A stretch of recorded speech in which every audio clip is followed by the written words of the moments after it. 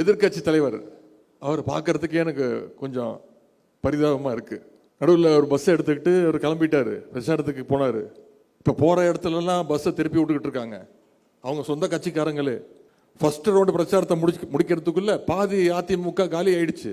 இப்போ 2வது ரவுண்டு கிளம்பி இருக்காரு. முடிக்கும் போது அவர் மட்டும் தனியாக போயிட்டு இருப்பாருன்னு நான் நம்புகிறேன். நேற்று காலையில் ஒரு அரசு நிகழ்ச்சி, மருத்துவமனை நிகழ்ச்சி, திறப்பு நிகழ்ச்சியில் பேசும்போது சொன்னேன். அதற்கு பதில் சொல்கிறேன்ற பேரில் ரொம்ப அறிவாளித்தனமாக அவருக்கு பதில் சொல்லியிருக்கிறார். அதாவது நான் அவரை ஆம்புலன்ஸில் ஏற்றணும்னு சொல்லிட்டேன் அப்படின்ட்டு திருப்பி வீண் பழி சுமத்துறாரு. நான் அப்படி அந்த அர்த்தத்தில் சொல்லவே இல்லை. 10 நாட்களுக்கு முன்பு சோஷியல் மீடியாவில் பார்த்துருப்பீங்க, தொலைக்காட்சியில் பார்த்துருப்பீங்க, செய்தித்தாளில் பார்த்துருப்பீங்க என்ன நடந்துச்சுன்னு. எல்லா செய்தி தொலைக்காட்சிகள்லையும் லைவ் நியூஸே போட்டாங்க. பேசிக்கிட்டு இருக்கும்போது பேஷண்ட்டோட ஒரு ஆம்புலன்ஸ் வண்டி உள்ளே வந்தது. உடனே கத்த ஆரம்பிச்சிட்டாரு, இந்த ஆம்புலன்ஸ்காரங்க வேறு வேலையில் அந்த ஆம்புலன்ஸை பிடிங்க, நம்பர் நோட் பண்ணுங்க, அந்த ஆம்புலன்ஸ் இனிமேல் ஆம்புலன்ஸ் வந்தால் தொலைச்சிருவேன் அப்படின்னு மிரட்டினாரா இல்லையா? நான் அதுக்கு என்ன பதில் சொன்னேன்? அப்போ பொதுமக்கள் மிகுந்த கோபத்திற்கு ஆளானார். எல்லாரும் எதிர்ப்பு தெரிவித்தாங்க. திமுக காரன் மட்டும் இல்லை, அதிமுக காரனே வெக்கப்பட்டான். இவரெல்லாம் ஒரு தலைவரா? எந்த தலைவனா இப்படி பேசுவானா அப்படின்னு வெக்கப்பட்டாங்க.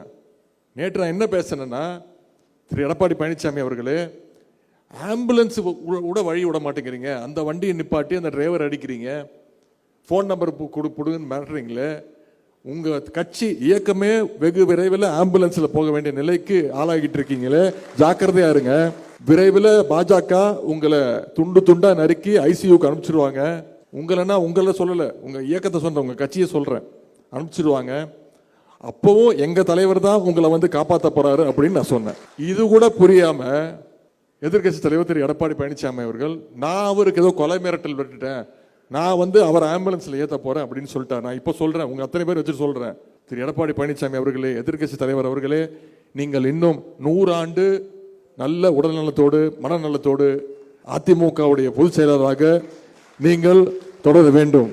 நான் இன்னும் தீர்மானமா சொல்றேன், உறுதியா சொல்றேன், ஒரு உள்ளர்த்தத்தோட சொல்றேன், நீங்கள் மட்டும்தான் அதிமுகவுடைய பொதுச் செயலாளராக நிரந்தரமாக இருக்க வேண்டும்.